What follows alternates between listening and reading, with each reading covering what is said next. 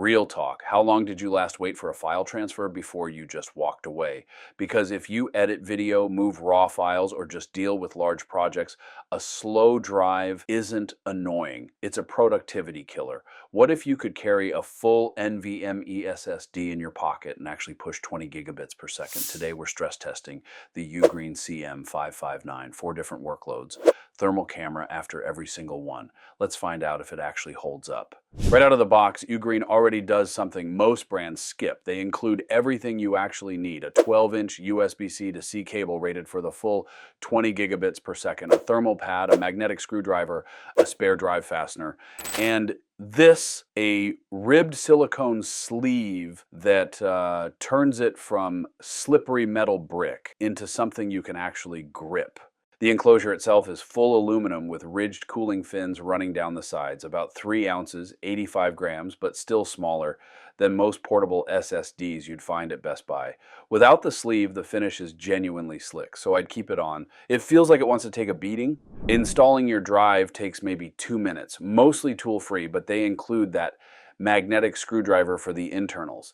It supports M2 drives from 2230 all the way up to 2280, and here's the part that matters. It works with both NVMe and SATA. For this test, I'm running the Samsung 990 Pro 1 terabyte, basically the ceiling of what this enclosure can handle. Before the endurance runs, let's establish a baseline. CrystalDiskMark, sequential, 2,122 megabytes per second read, 2,058 megabytes per second write.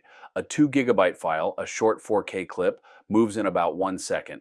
Not feels fast. 1 second. But benchmarks can lie. So I ran 4 sustained IDA64 tests back to back and shot the case with a thermal camera after every single one. Here's what actually happened.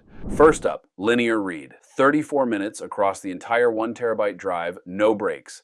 Average came out to 1,899 megabytes per second, peak 1,917. The line is basically flat the whole way through. Those brief dips? Normal USB bus arbitration, not throttling. After 34 minutes, I hit the case with the thermal camera with 109 degrees Fahrenheit, 43 Celsius. Ambient was 75 Fahrenheit, 24 Celsius. So we're talking a 34-degree rise above room temperature after more than half an hour of sustained reads for passive cooling with no fan, no vents, just a metal shell. That's the enclosure doing exactly what it's designed to do. Random read is the one that actually matters day to day. Scrubbing through a timeline, loading project assets, booting an OS off an external drive. 64 kilobyte blocks, 15 minutes, average 587 megabytes per second, maxing at 602. Dead consistent. One spike that recovered in under a second, then nothing but a flat line. Case temperature after random read, 107 degrees Fahrenheit, 42 Celsius without the sleeve. Ambient was 79 Fahrenheit, 26 Celsius. About a 28-degree rise, lighter workload than linear read, slightly cooler, makes sense. Now here's where things get interesting. Linear write, 37 minutes, writing across the entire drive from start to finish. Average 1,690 megabytes per second, but look at that graph, it's not flat. The Samsung 990 Pro has an SLC cache, and once you blast past it, the drive drops into native write speeds. That's the wave pattern you're seeing. This is completely normal drive behavior, not an enclosure problem. And crucially, it always recovers every single time. What matters here is the temperature trend. Unlike every other test where the case hit a plateau and held there, linear write kept climbing, started at 44 degrees Celsius, which is 111 degrees Fahrenheit, hit 59 degrees Celsius or 138 degrees Fahrenheit by the end. 37 minutes of continuous writes pushed this harder than anything else we threw at it.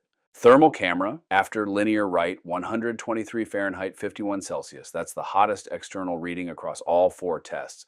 Ambient was 76 Fahrenheit, 24.5 Celsius, so about a 47-degree rise. Still no throttling, still recovering to full speed. Random write is where a lot of enclosures quietly fall apart. The controller heats up, speeds crater, and suddenly your fast drive is writing at USB 2.0 speeds. 15 minutes, 64 kilobyte blocks. Average 612 megabytes per second. Peak 650 Look at that graph. Practically a straight line. No cliff, no step down, nothing. Case temp after random write, 115 Fahrenheit, 46 Celsius, ambient 80 Fahrenheit, 27 Celsius, 35 degrees above room temp. The hardest test by far was linear write. 37 minutes of continuous writing across the whole drive. The case peaked at 123 degrees Fahrenheit on the outside. That's warm enough to notice, not hot enough to cause any problems, and through all of it, not a single throttle event. From a carry perspective, this thing disappears. Tech pouch, jacket pocket, toss it next to your keys, you won't notice it's there. One small gripe, the white activity LED is pretty dim. In bright sunlight, you're basically guessing whether it's actually doing anything. Not a deal breaker, but worth knowing. The bigger picture is that 20 gigabits per second puts this ahead of the USB-A port on basically every laptop made in the last 5 years. Buy it once, it stays relevant. So here's who this is for. Video editors, photographers, anyone who moves big files and has been burned by slow gear before. It's fast, genuinely, measurably fast across every workload. It runs cool enough that thermal throttling simply isn't part of the conversation. And it's built like it costs twice as much. For a 20 gigabit enclosure, this is about as complete a package as you'll find right now. Hit like if this helped, subscribe for more deep dives like this. Drop a comment, what drive are you putting in yours? See you in the next one.